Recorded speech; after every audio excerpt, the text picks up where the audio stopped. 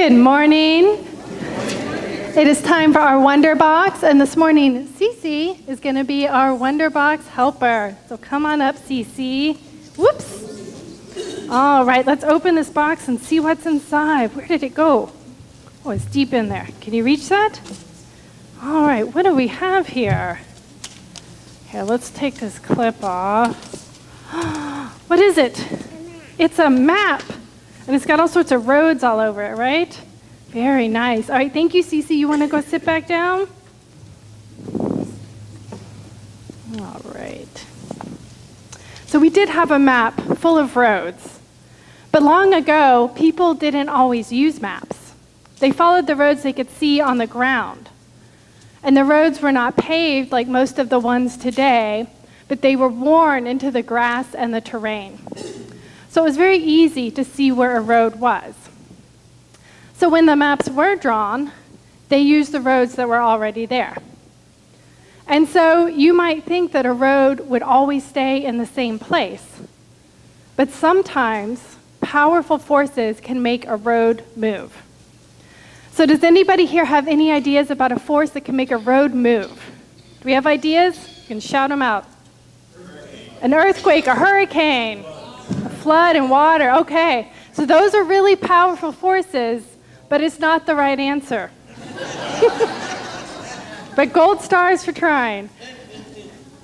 In this case, gratitude moved a road.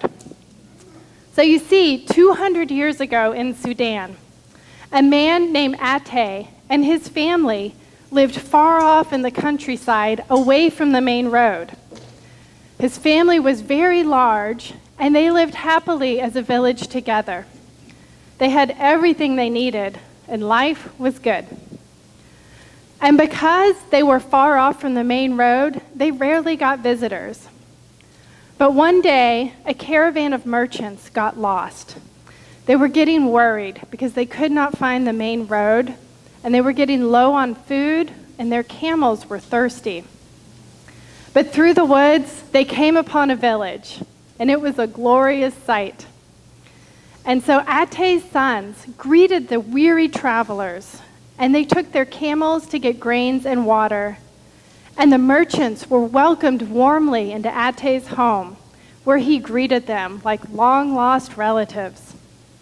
And Ate and his family offered karama to the visitors. In Sudan, karama is a traditional offering given at a wedding or the birth of a child or welcoming a long-lost loved one. And so, Ate's family and the merchants shared a feast with food and stories and songs. The family made the merchants feel at home and welcomed them to stay a few days to rest before they continued on their journey. The merchants were so thankful for the kindness of Ate and his family. And when it was time for them to journey on, Ate invited them to come back any time. And so, around the same time the following year, the merchants returned and were welcomed just as warmly as before. Word began to spread about the kindness in Ate's village.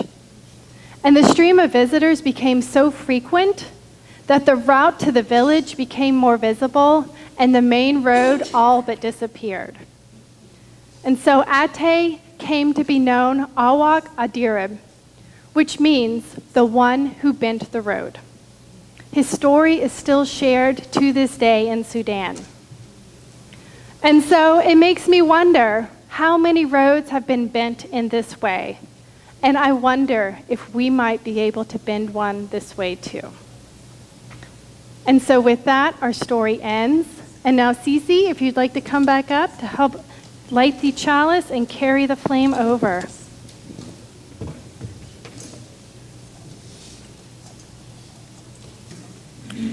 From generation to generation, we light this flame of religious freedom.